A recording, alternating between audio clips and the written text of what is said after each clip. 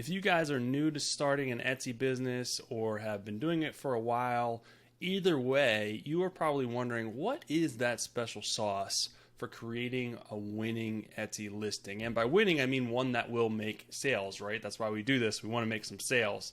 And that's what I want to talk about today. 3 tips to create a winning Etsy listing. Let's dive in and talk about it. All right, guys, what is going on? Welcome back to the Handmade and Beyond podcast. Glad to be back with you as we are racing towards Christmas. And this is not really a Christmas episode. This is, a Etsy, a business, straightforward episode as usual. You guys know how I like to do it. Not a lot of fluff. Always try to bring it with this podcast and give you guys some solid information to take back to your business. Help you guys grow, help you stay motivated, and all that good stuff. And this episode is no different, right? I'm talking about three tips to create winning Etsy listings.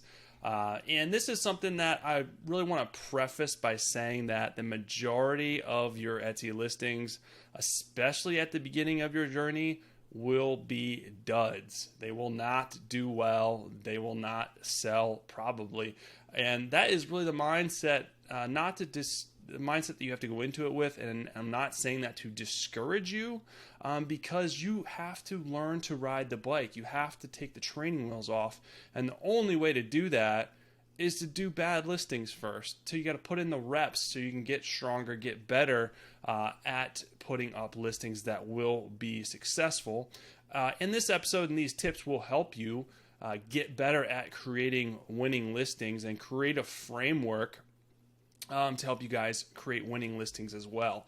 And then I also want to pair this listing, or not this listing, I want to pair this episode with a free Etsy listing checklist for you guys. If you go to handmadeandbeyond.com/Etsy listing checklist, you can get a free download that'll give you some of these tips. It'll give you a checklist that you can go through. You'll have something to reference back when you are getting ready to do new listings, or if you want to go back and review your existing listings to make sure that they are on point and make sure you will have the best chance of success now and in the future with your listing. So make sure you guys get that free download.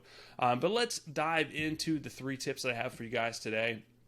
And these maybe are some things that you've thought about, some things that you haven't thought about. Either way, this is the process that you should go through before you actually sell something or bring something to market. So the first thing, and this may seem obvious, but is it a unique product? Are you bringing a unique product to the market, to Etsy? And I don't mean unique by trying to invent something that no one's seen before, because there are problems with that as well. I'm talking about unique as in it has your flavor, your spin, your special sauce. Pretty much mostly everything has been done before. It's been invented, it's been created, but it doesn't mean that you can't put your own spin on it. It doesn't mean that you can't improve upon what has already been done. So that's what I'm really talking about when I'm talking about a unique product. It may be similar to existing products out there, but it shouldn't be the exact same. It shouldn't be a carbon copy. Maybe yours has a different variation, different flavor, different style, different color combination. There's a lot of different ways to set yourself apart by selling something that is very similar. And you see this all the time in big box stores. You may go to different sections. You go to the jeans section or the dress section. There's very similar products, but they are all different and unique in some way. They may have different stitching, different patterns, different colors. So it only takes a little stitch of something different to make it better, to make it more desirable, to make it more unique to your brand, your design, your niche, whatever you want to do to set yourself apart from the rest. So think about it like that way. As far as the actual product itself, how are you making it unique? What are you doing? Even, how are you, what are you presenting it with? What are you complementing it with? Maybe you're selling it with some accessories. There are a lot of different ways to set yourself apart and make it unique. Also, outside of the actual design, outside of, your color combination, different style. Maybe you're bringing the product uniquely in the way that you're presenting it as well. So you should have a unique design element to set yourself apart, but maybe you are bringing it to market in a unique way when you are presenting it. Maybe your photography is definitely something that hasn't been done before as how it's being presented. Maybe you're doing a really good job complementing it with different color palettes, different settings. Maybe you have really solid video that you're using to showcase your product. So think about it in terms of presentation, how you're presenting that product to the world, to your audience, and that can help set it apart from the rest as well. And that really ties into just good marketing. So you can really set yourself apart with good marketing, good presentation in your photography, in the way that you're capturing the item, showing how it's used, showing how it's worn, showing how it's presented, showing it in its natural setting. So think about it in terms of that. Think outside of the box, and not only your product itself, but how it's looking, how it's being perceived by your audience, and that'll help take it a long way. So you don't have to, you don't have to reinvent the wheel. Most of what you guys are selling is out there. It is out in the world already. You're just presenting it in a different way. It's something different. It's a unique combination of, fabrics, materials. And that's going to set yourself apart from the other people that are selling stuff that is really similar out there. All right, number 2, and this is a big one. When you go to sell something, you need to make sure that there is a demand for that product. If there isn't a demand, you're going to have a hard time making sales because people are not looking for it. People do not want it. So you want to make sure that there is some type of a demand for what you're selling, your niche, your product line. And you can see that by, if you want to go in the Etsy search bar and just do a quick search for a couple of keywords related to your product to see how many listings are out there. That's a good way to show demand because it shows all the competition out there, and high competition usually means high demand. You can also use Allura, which I'll drop a link below. That's a keyword and Etsy tool that I use a lot and talk about. You can do searches based on different keywords and kind of see demand related to favorites, related to sales, all that good stuff. That's a really good way to see demand for your product. It's by how many people are favoriting, how many people are buying. And that's a tool that I use all the time to show demand. Now, what I talked about earlier is maybe your product is completely unique. It's something that really no one's doing, which is hard to find, but there's still people doing that, especially on Etsy, where a lot of people come up with really super unique stuff. That doesn't mean that you should get discouraged from selling that product, but what that means is, since there isn't a demand, people aren't looking for the product because they don't know it exists, you're going to have to tap into an audience that makes sense. It's your ideal buyer by using different keywords that relate to your product but maybe aren't exactly your product.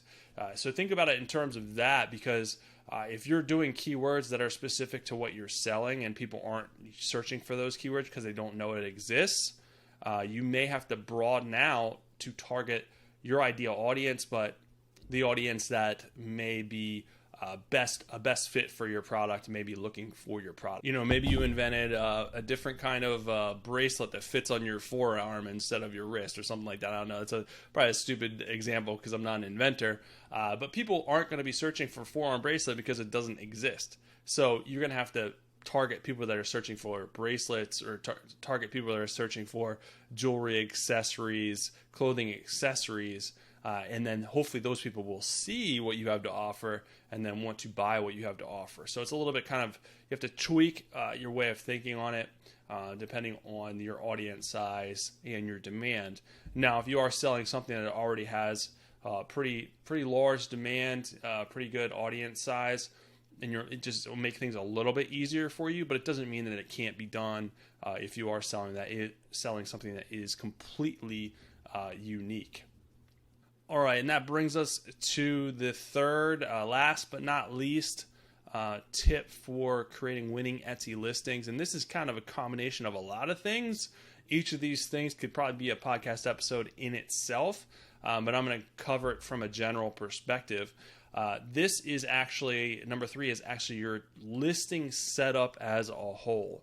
All right, so this is basically all the stuff that goes into your listing. So you say you sell something that is in demand, or you found your target audience, and you found you're selling something that is unique to you and to other people as far as how it's being presented, or how your different special sauce is in it.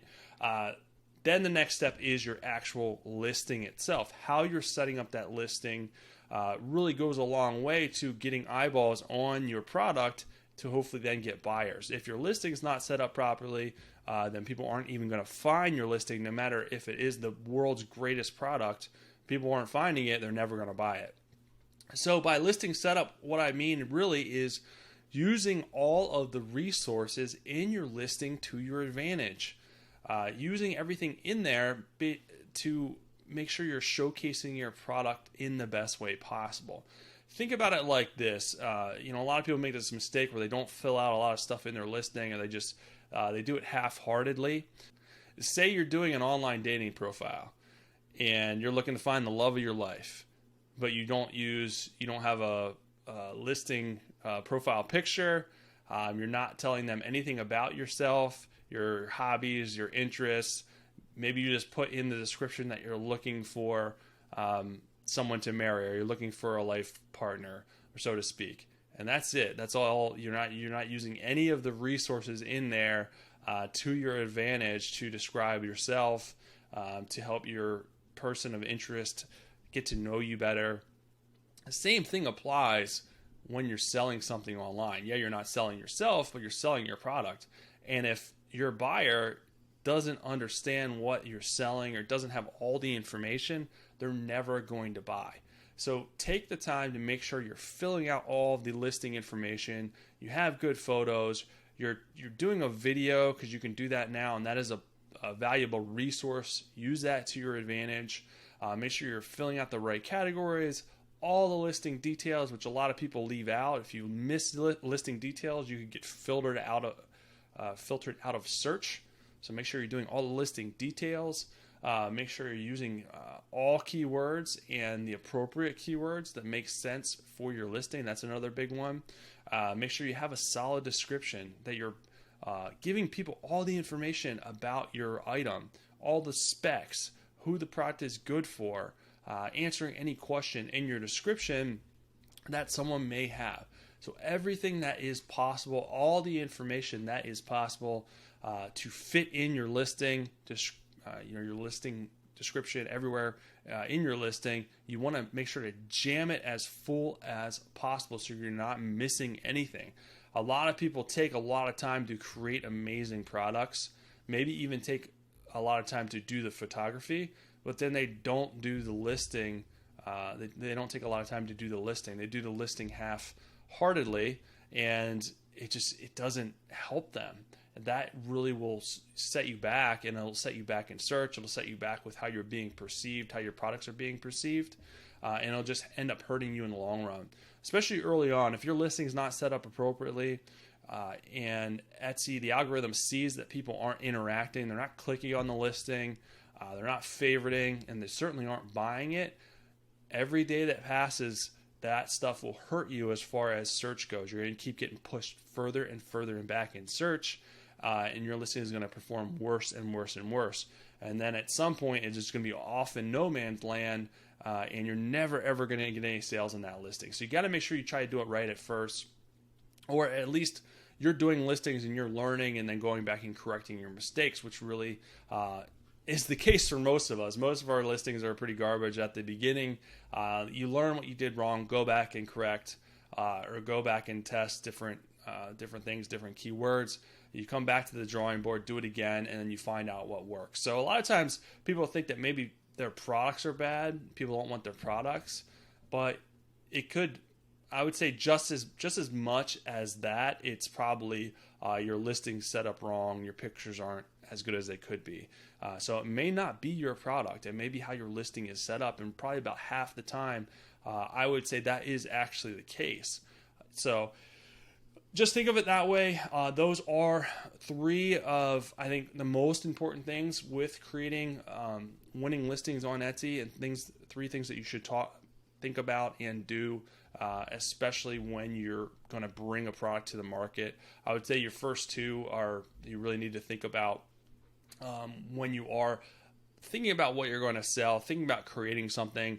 That initial groundwork will really help you come to the table with a strong listing, something that people are probably going to want, probably going to buy, or at least increase your chances of that. Because I think far too often people just throw things at the wall, which is fine.